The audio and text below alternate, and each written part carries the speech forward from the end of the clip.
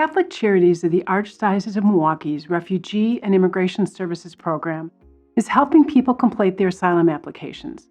But we ask that you watch this video first so that you and your volunteer can make the most of the time that you have to do the application. But before we start talking about asylum, we want to make sure that you understand what Catholic Charities will and will not do. First, Catholic Charities is going to help you to complete the asylum application, but we are not going to the immigration court with you, and we will not be your legal representative at the immigration court.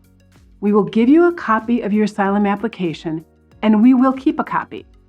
If your immigration court hearing is at the Chicago Immigration Court, we will get your application to the court and ask the court for a copy with a stamp so that you can show the date that your court received your application for asylum. If your immigration hearing is not at the Chicago Immigration Court, we will mail your asylum application to the court. However, we cannot take it to a court that is not the Chicago Immigration Court. Second, you must wait 150 days after the immigration court receives your application before you can apply for a work permit. Catholic Charities will help you apply for a work permit. However, once you get your work permit, you have to start saving for money to go to a private attorney. Catholic Charities will not be able to do anything else for your case. We do not have enough staff to take on all of the asylum applications that people are asking us to take on. Third, we have a handout for you to use as you go through this process. It will help you to find out when your next court date is, find immigration court addresses, and it has a list of our local attorneys. If you lose this handout, we can give you another handout, or you can get a copy from our internet site. You will need a smartphone that can scan something called a QR code. If you do not have one, someone else can help you and get that QR code for you. So now let's talk about what is asylum. Today we want to talk about asylum so that you can make the most of the time you have with your volunteer to complete your asylum claim. Here are some of the things that you must think about before your appointment. First, it's important that you know that you must apply for asylum within 1 year of coming to the United States. If you have already been in the United States for more than 1 year, this program cannot help you. Second, when you first see an immigration judge, the judge might give you a certain deadline to do something. It's very important that you comply with the deadlines the judge gives you. For example, the immigration judge might tell you that you have to find a lawyer by a certain date, or that you have to get your asylum application in and any information to the court by a certain date. It is really, really important that you listen to the judge and you give the judge everything that judge needs by the deadlines the judge gives you. Third, it's also important that you know which court you have to go to. Here is a link to the court's website. If you enter your alien registration number or your A number, this website can tell you when and where you should appear in court. You can also call something called a toll-free number. It's 1-800-898-7180. This phone number provides information in both Spanish and English. You are going to have to wait, however, for some general comments before having the chance to press 2 to get the Spanish language. Once you know which court to go to, then there's a link to the physical address of each of the immigration courts in the United States. This information is in a QR code in the handout that we will give you. Now let's talk a little bit about actually filing the asylum claim. We want to talk about what is and what is not asylum. To get asylum, you must convince an immigration judge of certain things. Simply wanting to live and work in the United States is not enough to get asylum. So just what is asylum? Asylum is a way for someone to ask the United States for protection from persecution. The persecution must come from either your government or a group that your government cannot control.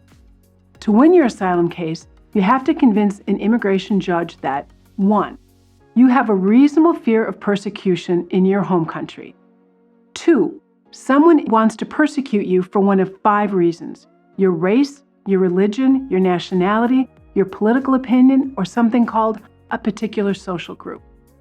Third, you have to convince the judge that your fear of persecution is well-founded. And 4, that you can't safely live in any other part of your home country. 5, you also have to show that you should get something called a favorable exercise of discretion. Basically, a favorable exercise of discretion means that the judge is going to look at all the facts about your case and think about you and decide if there are more favorable or good things about you in your case than bad things. For instance, have you come to all of your court dates? Have you told the truth? Does what you say make sense? Now let's talk a little bit about each of those parts of an asylum claim. So first, we're going to talk about persecution. To win your claim, to win your case, you have to convince an immigration judge that you have something called a well-founded fear of persecution in your home country. Persecution is really hard to define, and no one can give you simple rules to follow. But basically, persecution includes things like imprisonment, arrest, taking your home away from you, taking your land, taking your possessions, beating you or torturing you. It can be killing you or beating your family. It can include denying you any way to work or any way to earn a living. It can deny you an education. But you have to remember that being denied the ability to work is very, very different from not being able to find work. You can't get asylum simply because you have no money. Persecution is also different from being bothered or annoyed. Persecution has to be something really very serious. You have to show that your fear of persecution is something called well-founded. Well-founded sort of means that it's reasonable. You can show that your fear is well-founded in one of two ways. First, you can show that you have been persecuted in the past. Second, you can show that you have at least a 10% chance of being persecuted in the future. The immigration judge will listen to your story and decide if you've been persecuted in the past or if you are likely to be persecuted in the future. One way to show that you will be persecuted in the future is to show other people who are like you and that have been persecuted. You must give the immigration judge very specific and concrete examples of what happened in the past or what you think will happen in the future. Don't be vague. Don't use big generalizations. Tell the immigration judge exactly why you are afraid.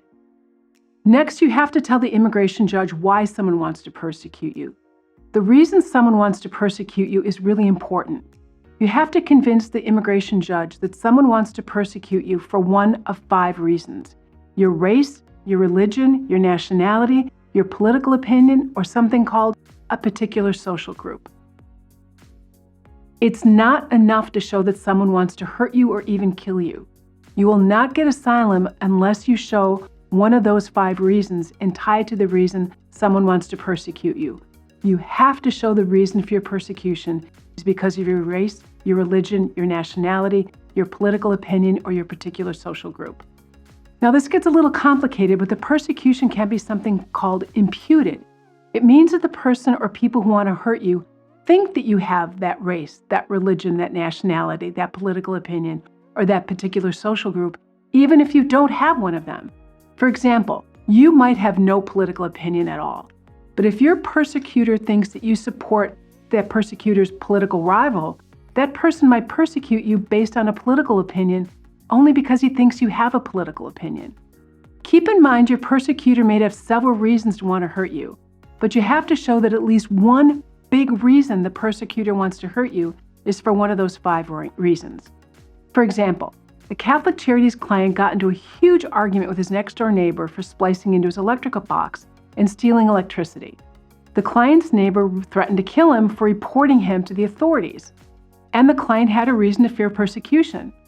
But that alone would not get him asylum because even though somebody wanted to kill him, they didn't want to kill him because of his race, his religion, his nationality, his political opinion, or his particular social group. It's just due to a fight with a next-door neighbor. So now let's talk about one of those 5 reasons a little bit in depth. 2 reasons, race and religion, are pretty straightforward. However, it is difficult to define sometimes political opinion, nationality, and particular social group. First, let's talk about political opinion.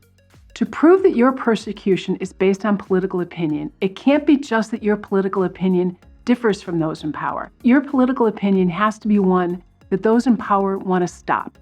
Many people disagree with their governments. Many people have different political opinions from their government. But that doesn't mean that their government wants to persecute them. Your government might even know that you exist.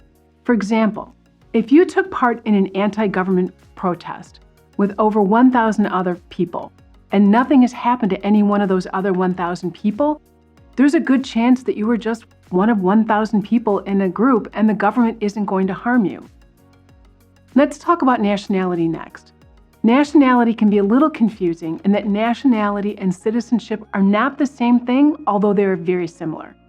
Generally speaking, nationality means that you can enjoy the protection of the government, but your participation in that government is limited.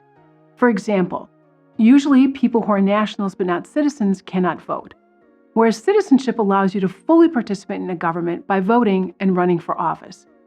If you have two citizenships or two nationalities, you have to show why you can't live in either country. You can't show that it's enough that you just can't live in your home country. You have to show that you can't live in either country where you have citizenship.